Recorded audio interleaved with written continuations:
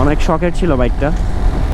At least এই জায়গাটাতে টানাটানি শুরু করেন না, কেন করেন না সেটাও একটু বলে দিই আপনাদেরকে।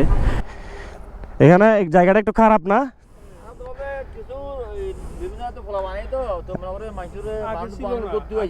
এই হচ্ছে সেই হুডি যেটার জন্য আজকে লিঙ্কে আসা। যদিও আমার 3টা অর্ডার ছিল, 3টা ভাই ব্রাদারের, পাইছি 2টা।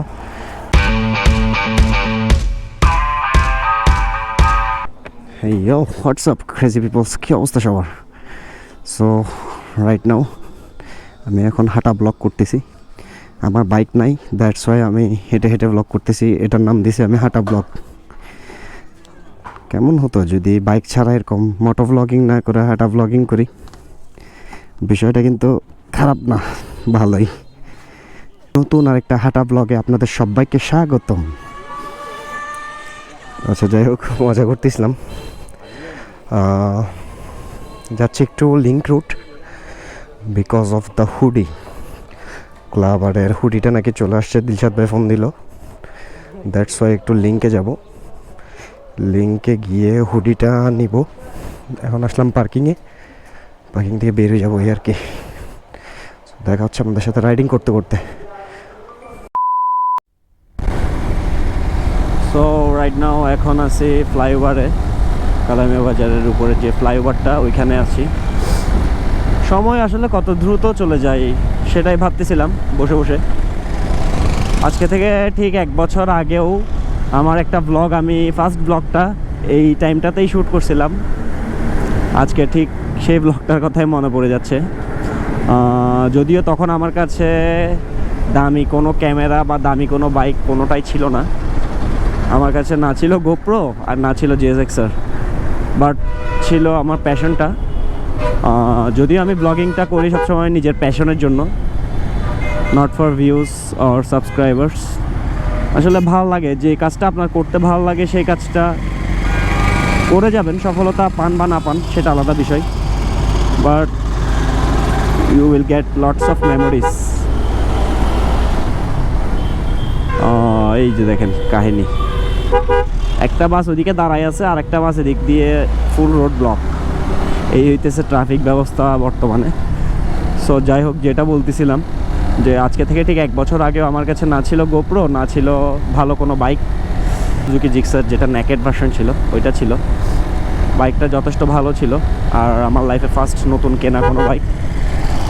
অনেক শখের ছিল বাইকটা, যদিও জিএসএক্সআর নেওয়ার কারণে ওইটা সেল করে দিতে হয়েছে।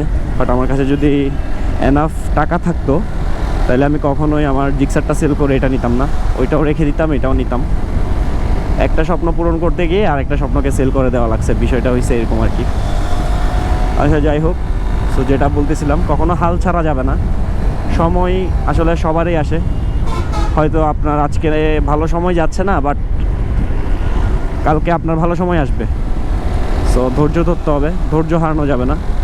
লাইফে ধৈর্য জিনিসটা অনেক ইম্পর্টেন্ট। ছোট ছোট জিনিসগুলোকে তিলে তিলে একে একে করে অর্জন করার মধ্যে যে শান্তিটা আছে, আপনি একেবারে পেয়ে গেলে হয়তো ওই শান্তিটা আপনি পাবেন না। আর কষ্ট ছাড়া যে জিনিসটা পেয়ে যায় ওই জিনিসটার আসলে তেমন কোনো মূল্য থাকে না মানুষের লাইফে। এই আর কি। যাক, অনেক কিছুই আপনাদের সাথে শেয়ার করলাম। আসলে মাঝে মধ্যে আগের কথা মনে পড়ে, তখন আর নিজেকে সামলাইতে পারি না আর কি। যাক, আল্লাহর দরবারে লাখ লাখ শুক্রিয়া যে আল্লাহ যা দিছেন সব কিছুর জন্য আলহামদুলিল্লাহ। শুক্রিয়া তার কাছে যে তিনি অনেকটুকুই পূরণ করছে আর কি স্বপ্ন। এবং সবচেয়ে মজার বিষয় আর সবচেয়ে স্যাটিসফাইং যে বিষয়টা, সেটা হচ্ছে আপনি নিজের টাকায় শখ পূরণ করতে পারার আসলে মজাটাই অন্যরকম। শীতের কথা বলতে বলতেই শীত কিন্তু চলে আসছে। আসলে আমরা কোনো একটা বিষয়ের জন্য অপেক্ষা করি, অপেক্ষা করতে ভালোবাসি এবং অপেক্ষা করতে পছন্দ করি, কিন্তু জিনিসটা যখন চলে আসে আবার চলেও যায়। দেখা গেছে অনেক সময় আমাদের ফিলই হয় না যে জিনিসটা আমরা পেয়ে গেছি বা চলে আসছে, এমন আর কি। যেমন এতদিন উইন্টারের জন্য ওয়েট করতেছিলাম যে কখন আসবে কখন আসবে, বাট দেখেন উইন্টার এসে অলরেডি চলেই আসছে। বেশ কিছুদিন ধরে ভালোই ঠান্ডা পড়তেছে, বাট কোথাও যে ট্যুরে যাব ওই সময় সুযোগ কোনোটাই হয়ে উঠতেছে না। তো এখন রিসেন্টলি ট্যুর মারার প্ল্যান আছে, সামনে নিউ ইয়ার আসতেছে, দেখি কই যাইতে পারি। আসলে চট্টগ্রামের হওয়াতে একটা সুবিধা এবং একটা অসুবিধা দুইটাই আছে, দুইটাই বলতেছি। সেটা হচ্ছে চট্টগ্রামের বাইরে কোনো জেলায় গিয়ে ফিল হয় না যে এই জায়গাটা আসলে আমাদের চট্টগ্রাম থেকে সুন্দর, বিষয়টা এমন কিছু থাকে না। বেশিরভাগ সুন্দর প্লেসগুলাই চট্টগ্রামে। হয়তো বা আপনার মনে করতে পারেন যে আমি হয়তো বা ডিবেট জিতার জন্য বলতেছি, বাট বিষয়টা এমন না। আপনি 100টা মানুষ থেকে আস্ক করলে অলমোস্ট 90% মানুষই বলবে যে আসলে চিটাগংয়ে বেশিরভাগ সুন্দর প্লেসগুলো। তার মানে এমন না যে অন্য জেলায় কিন্তু প্লেস নাই, বিষয়টা এমন না, বাট আছে। কিন্তু চিটাগংয়ের মতো বেস্ট প্লেসগুলা অন্য কোনো জেলায় পাই না আর কি।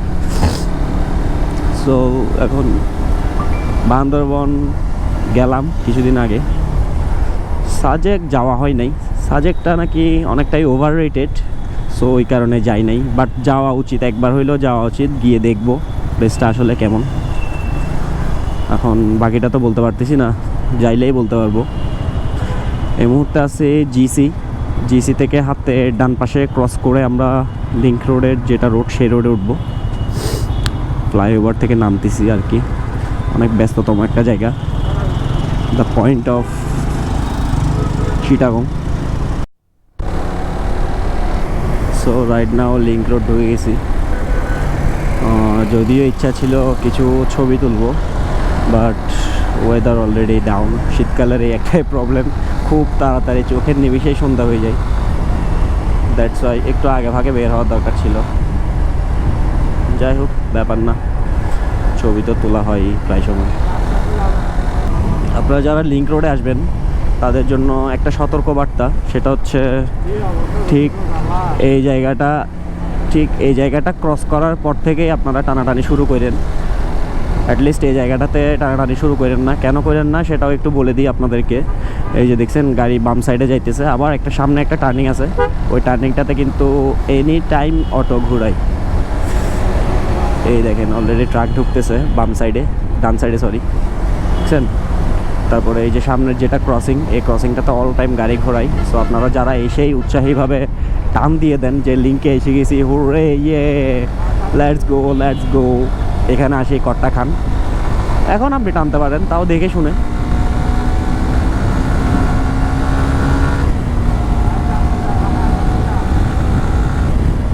আমার পিলিয়ন বারবার চিল্লাচ্ছে, আসতে যাইতে বলতেছে।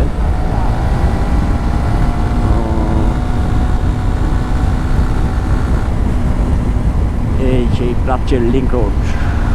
ঠান্ডা কিন্তু প্রচুর ঠান্ডা, সাইডটাতে প্রচুর ঠান্ডা পড়তেছে।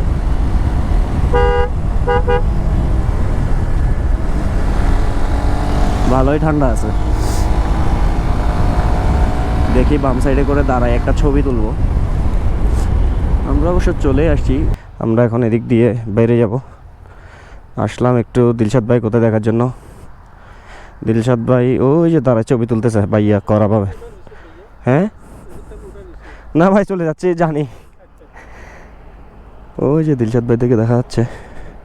আমরা এখন বেরিয়ে যাব। এখানে জায়গাটা একটু খারাপ না?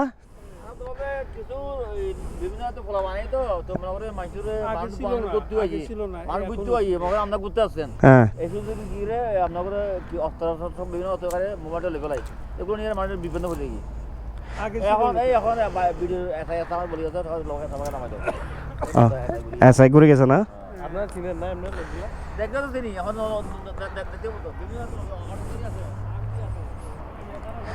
আপনারা শুনতেই পাইলেন জায়গার কাহিনী, প্লেসটা সেফ না। তো রাইট নাও এখন হুডি রিসিভ করা শেষ, আপনাদেরকে একটু দেখাই। এই হচ্ছে সেই হুডি যেটার জন্য আজকে লিঙ্কে আসা। যদিও আমার 3টা অর্ডার ছিল, 3টা ভাই ব্রাদারের, পাইছি 2টা। আর একটা দেখি নেক্সট উইকে হয়তো বা এসে নিয়ে যাব। আর একটা স্টিকার নিলাম ছোটো ভাই রাকিবের জন্য, এই আর কি। Okay, stay tuned. So the blog is ending for today. আজ চলে যাচ্ছি, কিন্তু যাচ্ছি না। দেখা হবে শীঘ্রই নতুন কোনো ভিডিওতে, নতুন কোনো এপিসোডে আপনাদের সাথে, নতুন কোনো জায়গায়। ততক্ষণের জন্য গুড বাই, আল্লাহ হাফেজ।